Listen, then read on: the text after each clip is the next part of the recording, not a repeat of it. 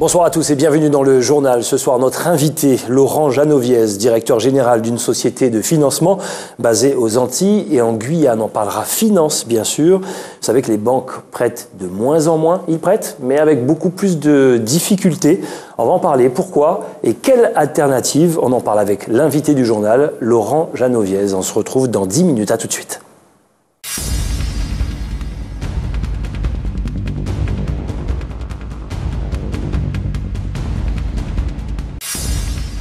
Devant la Chambre de commerce et d'industrie, un tas de terre.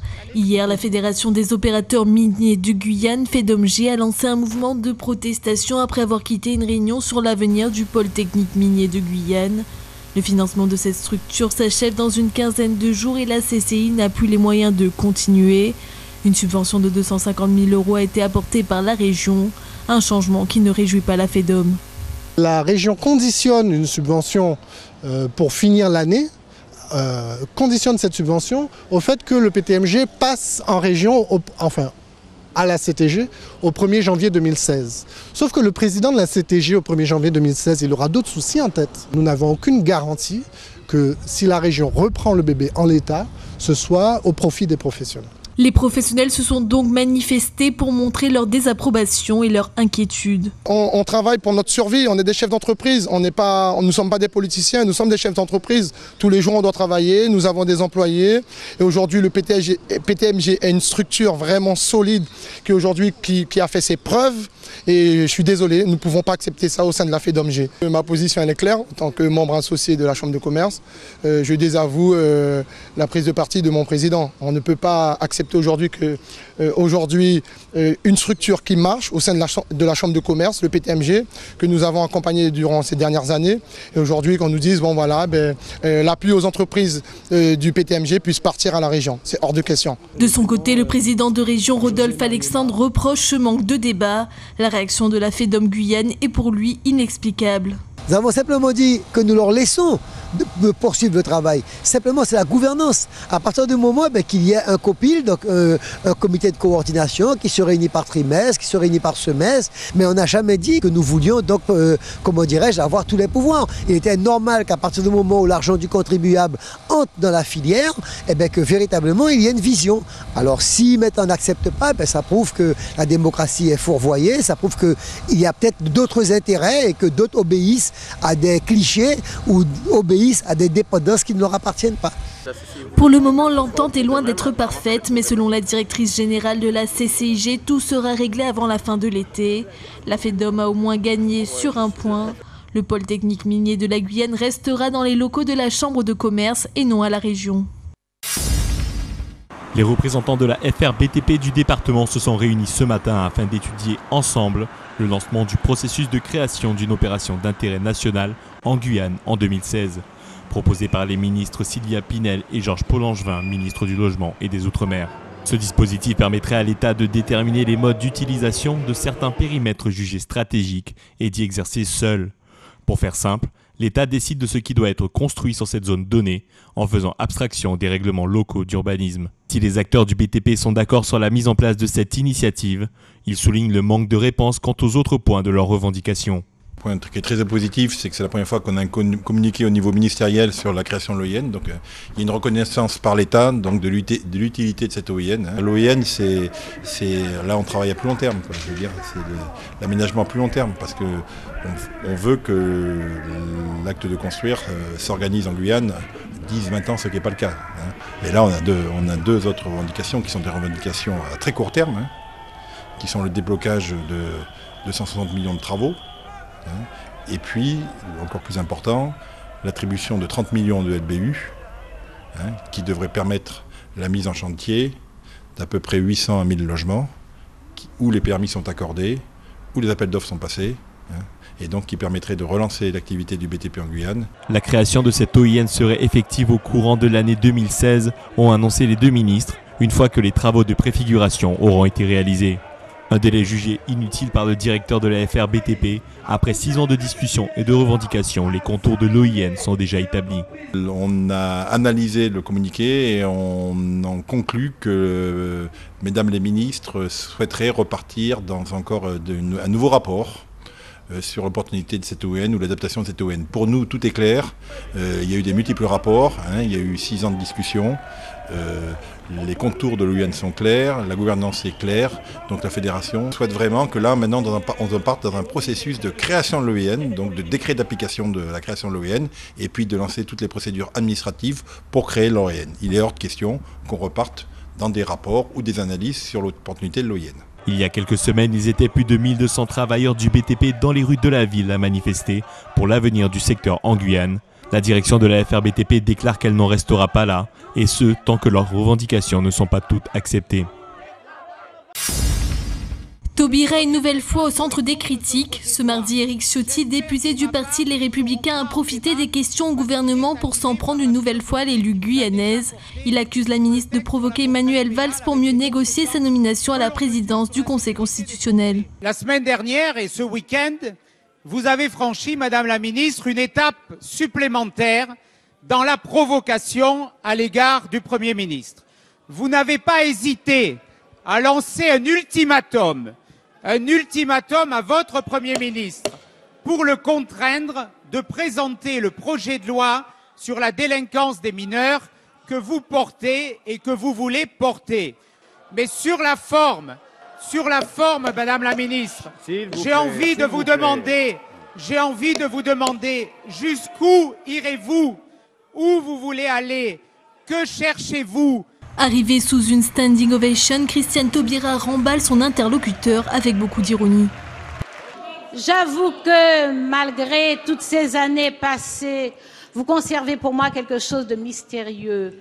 Je me demande si, lorsque vous affirmez certaines choses, vous y croyez vraiment. Alors si c'était du temps de ma fringante jeunesse, j'aurais supposé un sentiment contrarié. Mais cet hémicycle tout entier a déjà constaté à quel point je vous obsède dans toute votre expression publique avec une constance qui appelle quand même l'admiration. Alors c'est aussi la première fois que le Premier ministre aurait besoin d'un défenseur. Une réponse qui a beaucoup amusé l'Assemblée. La ministre a également rappelé sa volonté d'en finir avec les tribunaux correctionnels pour mineurs. Ce sujet extrêmement important, et tous ceux qui sont concernés le disent clairement, que ce soit les magistrats et les professionnels de l'enfance, que ce soit les élus locaux qui plaident pour un terme à cette incohérence et cette illisibilité, que ce soit bien entendu les victimes qui en ont assez d'attendre des procès trop tardifs. Nous allons effectivement améliorer les choses, mais nous n'avons pas besoin de votre secours. Christiane Taubira avait déclaré vendredi qu'elle n'assumerait pas que la réforme de la justice des mineurs promise par François Hollande et qui se fait attendre ne soit pas réalisée. 2 embarcations de pêche illégale ont été arraisonnées hier matin dans l'embouchure de la Prouague. Lors d'un contrôle effectué par la brigade nautique de gendarmerie de Matoury, appuyée par les gendarmes maritimes venus en renfort. 2 personnes se trouvaient à bord de la première, ainsi que 400 kg de poissons et 800 mètres de filet. 2 autres personnes se trouvaient à bord de la seconde, ainsi que 150 kg de poissons et 1000 mètres de filet. Les 2 embarcations n'avaient aucune marque d'identification ni papier à bord. Les hommes d'équipage déclarent être originaires du Brésil. Sur instruction du directeur de la mer de Guyane, les 2 embarcations ont été déroutées vers Regina. Depuis le début de l'année, 31 navires de pêche illégale ont été arraisonnés dans les eaux françaises de Guyane. L'année dernière, 65 bateaux ont été arraisonnés, 127 km de filets ont été saisis et une soixantaine de capitaines ont été jugés. Les opérations de lutte contre la pêche illégale continuent.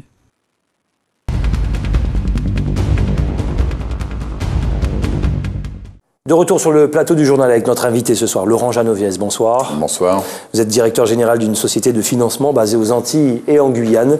Depuis de nombreuses années, on a remarqué que les banques ont du mal à prêter, ont du mal à financer, que ce soit au niveau personnel ou même avec les entreprises. Avant de parler d'alternatives, pourquoi, d'après vous, vous, spécialiste des finances ?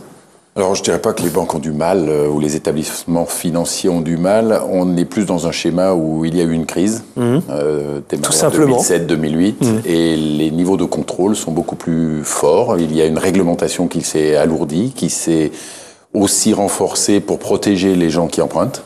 notamment les lois de crédit à la consommation pour les particuliers. Donc aujourd'hui, on est plus dans un schéma où une nouvelle transparence est demandée dans le rapport entre les financeurs et les emprunteurs. Alors, quelle alternative vous proposez? Alors là, il y a des chefs d'entreprise qui nous regardent, mais également le citoyen lambda qui nous regarde ce soir et qui doit chercher une alternative parce que malgré tout, quand même, les gens sont fâchés, disons les choses franchement, contre leur banque, parce qu'ils ont du mal.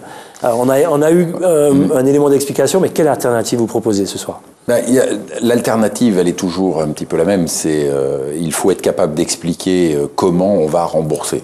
La problématique de fond d'un établissement financier, c'est ce n'est pas gratuit, ce n'est pas du mécénat.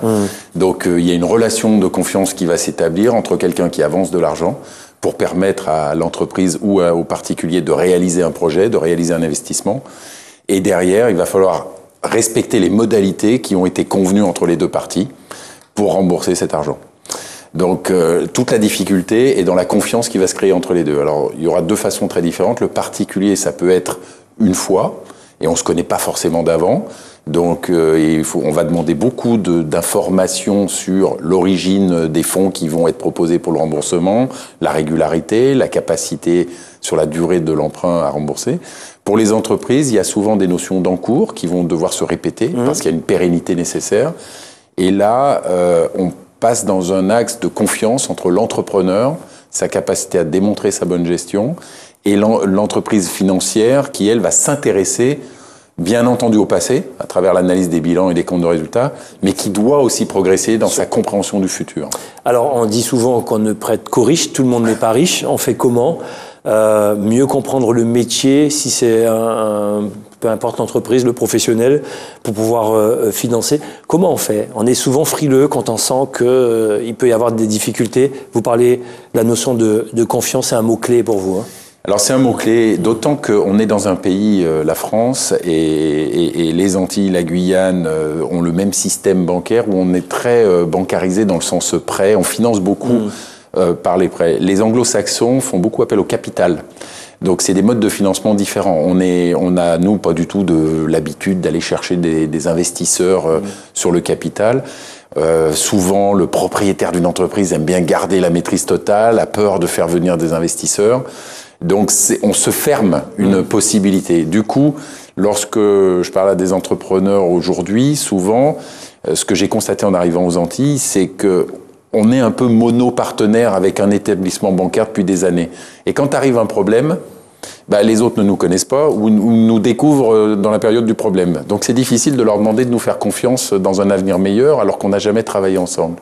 Donc un des éléments de réponse, ça peut être aussi, dès que vous avez une activité qui se développe, bien entendu, il faut avoir un partenaire majeur dans le monde financier, mais pas qu'un seul. Voilà, n'ayez pas qu'un seul partenaire financier. C'est important d'avoir des contacts réguliers, d'informer sur ce que l'on fait, 1 ou 2 fois par an, de recevoir les partenaires financiers pour leur dire où on en est. Avoir une difficulté dans la vie d'une entreprise, c'est normal. Lorsque vous prêtez, est-ce que vous faites partie des gens, vous regardez la perspective d'un marché, on va dire, supplémentaire, est-ce que vous accompagnez également l'entreprise ou parce que certaines sociétés prêtent et ne s'occupent plus du reste et s'il y a des soucis, on arrête tout, on ferme tout. Quel est votre fonctionnement à vous ? Alors ça dépend encore une fois de la typologie du financement que vous faites. C'est certain qu'entre un particulier et une entreprise, et puis la typologie de ce que vous financez dans l'entreprise, entre donner une ligne de crédit sur laquelle l'entreprise va tirer au fur et à mesure, ou financer un bien d'équipement par exemple, le risque pour l'entreprise financière n'est pas le même. Il faut bien comprendre qu'un établissement financier il prête de l'argent, ça veut dire qu'il mobilise des fonds propres de sa propre entreprise, et que fonction du risque qu'il prend, ça n'a pas le même coût. Et ça participe un peu des réglementations dont je vous parlais, qui se sont durcies sur les dernières années. Comme on a fait un peu n'importe quoi il y a plus d'une dizaine d'années, où quelle que soit la solidité de l'établissement financier, on prêtait sans limite, notamment chez les anglo-saxons. Les réglementations type BAL 3 ont limité ça. Donc il est nécessaire d'avoir véritablement une bonne compréhension des deux environnements, de la part de l'investisseur, savoir pourquoi sa banque va être à un moment donné un petit peu plus contraignante, et ne pas s'axer sur ce que j'entends qui moi me panique, c'est quand j'entends c'est quoi votre taux. C'est peut-être la dernière question à poser. C'est même sûrement la dernière question à poser. Il y a des taux qui frisent des choses qui peuvent faire peur quand même, vous donner froid dans le dos. Non, je crois que pour vous, non. Si vous regardez bien par rapport à l'investissement que vous faites, une entreprise ou un particulier, tous les frais qu'il engage, si vous faites une moyenne, un taux du simple au double, c'est pas ce qui va faire la différence sur sa trésorerie dans la durée. Bien sûr qu'il faut le discuter, je dis pas qu'on ne regarde pas, mais c'est un peu comme un acte d'achat. Vous n'achetez pas une voiture que pour son prix. Vous l'achetez aussi pour l'usage que vous en avez. Donnez-nous un exemple d'une société qui aurait pu être en difficulté, que vous avez aidé, redressé par le financement, par la confiance, l'accompagnement également. Alors, ça tombe très bien que vous me posiez la question parce que on a une histoire aux Antilles d'une 50aine d'années, Guyane un petit peu moins longtemps, mais c'est la même émanation. Il y a, je dirais 4 ans, puisque moi je n'étais pas encore là, un de nos partenaires principaux, des gens avec qui nous travaillons depuis des années dans le financement de leur activité, qui ont connu des difficultés les amenant à un plan de sauvegarde, très clairement, la confiance mutuelle qui a fait que non seulement ils n'ont pas masqué les difficultés. Ça c'est important. C'est primordial. Ils ont expliqué leur plan de redressement, comment ils comptaient le faire. Et lorsqu'ils sont venus nous voir, il y avait tous les établissements financiers qui travaillaient avec eux. Certains n'ont pas souhaité les accompagner. Nous, on a fait le pari de les accompagner. Aujourd'hui, on en est très satisfait parce que ça s'est déroulé exactement comme ils ont annoncé que ça se déroulerait. On a mis en place des systèmes de remboursement de la dette qu'on avait avec eux, fonction de l'évolution de leur activité à la suite. Et ça fait pas très longtemps qu'on a fait un bilan ensemble. Aujourd'hui, les deux parties sont satisfaites. Mais aujourd'hui, on est non seulement satisfait, mais on réinvestit. C'est-à-dire que nous reparticipons au développement de cette entreprise. Donc, pour vous donner cet exemple-là, pour moi, il est révélateur d'une chose, c'est que si nous n'avions pas eu d'histoire avec eux et qu'ils étaient venus nous voir à cette période de difficulté alors qu'on n'avait jamais travaillé avec eux, on n'aurait pas mis 1 euro dans cette entreprise. Très bien. Le mot le plus galvaudé, vous dites, c'est le mot partenariat. Expliquez-nous. Oui, alors je dis que le mot partenariat, aujourd'hui, on le met à toutes les sauces. Vous n'entendez pas, alors c'est pas à l'homme de télé que vous êtes que je vais apprendre ça, mais tout le monde se gausse d'être partenaire. Alors, aujourd'hui, c'est indispensable de l'être. Par contre, il faut savoir ce que ça implique. Et le partenariat, pour moi, ne s'appuie que sur de la confiance. Si je n'ai pas confiance dans les chiffres qui me sont présentés, si je n'ai pas confiance dans la capacité et la compétence de l'individu qui est en face de moi, je n'ai aucune raison d'aller investir et prendre un risque financier avec lui. Donc, le partenariat, c'est que j'ai en face de moi quelqu'un qui m'explique quelles sont ses compétences techniques, financières, commerciales. Donc, je dois m'y intéresser au-delà de son bilan. Et à l'inverse, il ne doit pas me cacher les potentielles difficultés, les plans d'action, puisque moi, derrière, je sais très bien que je vais devoir l'accompagner dans la durée. Donc, c'est ça aussi le partenariat. Alors, un piège... Et j'allais oublier quelque chose. Oui. Le rôle que nous avons aussi, c'est de lui dire la vérité. C'est-à-dire que parfois, on ne va pas forcément aller avec lui dans le sens de son projet, mais si on n'y va pas, il faut qu'on soit capable de dire pourquoi on ne croit pas à son projet. Alors, attention au piège également. Tout le monde peut tomber dans ce piège. Ne pas confondre dividendes et revenus. Oui. On croit souvent ce cas de figure, on va dire. Là, c'est une problématique, effectivement, je vous parlais de compétences techniques, commerciales, financières. Je pense que de la même manière que je disais qu'on fait peu appel dans la culture française à des capitaux extérieurs, on a un peu du mal à faire confiance aux autres sur la gestion de l'entreprise aussi. Et beaucoup de dirigeants d'entreprise sont un peu seuls. Ça s'improvise pas, la comptabilité, ça ne s'improvise pas la finance, et vous verrez que tous ceux qui réussissent en général ont très très bien géré et ont su faire la différence entre ce qu'il était nécessaire de réinvestir dans l'entreprise pour lui permettre de se pérenniser versus prendre tout de suite les dividendes comme de l'argent courant, de la trésorerie qu'on peut dépenser à tout va. Voilà, une nouvelle façon de trouver un financement, notamment pour le citoyen lambda, également pour les entreprises. Le mot de la fin, Laurent Janoviez, une nouvelle façon de penser à travers une certaine transparence de ce que j'entends ce soir. C'est ça, en gros, le discours que vous avez. Moi, je dirais, de notre part, à nos établissements financiers, ne pas avoir peur de donner parfois de mauvaises nouvelles avant d'en annoncer des bonnes. Et à l'inverse, pour celui qui emprunte, être prêt à entendre parfois un effet miroir qui n'est pas forcément agréable, mais de construire son projet. Et de comprendre qu'il est nécessaire de justifier dossier, d'une certaine santé financière pour aller au bout. Vous qui êtes installé aux Antilles, Guyane, est-ce qu'on peut avoir confiance en l'avenir lorsqu'on parle d'investissement, que ce soit en Martinique, en Guadeloupe ou en Guyane? Il y a des secteurs où on peut investir. Là, les gens nous regardent ce soir. Alors, j'aurais pas la prétention de savoir mieux que les économistes qui analysent les 3 départements. Moi, ce que je constate, c'est que, comme le reste du pays, nous sommes très liés à la consommation des ménages. Aujourd'hui, sur les 3 départements, on voit des comportements assez différents entre Guadeloupe, Martinique et Guyane. On n'a pas les mêmes sources de progression en ce moment.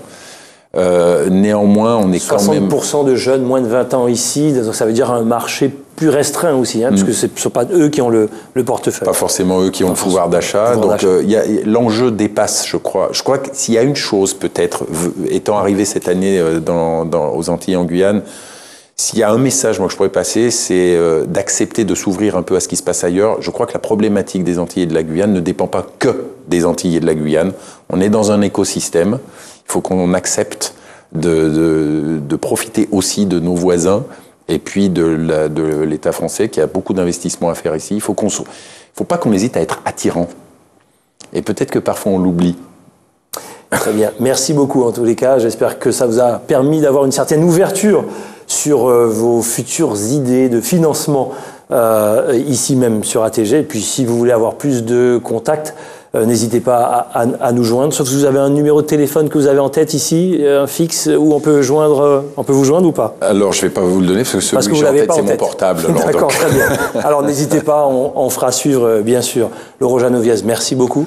Je rappelle que vous êtes directeur général d'une société de financement basée aux Antilles et en Guyane. Voilà, c'est comme ça qu'on se dit au revoir. Dans quelques instants, merci. Le journal de TF1 suivi de Dom Laquezot, présenté par Dominique Nugent. Passez une excellente soirée sur ATG. À demain.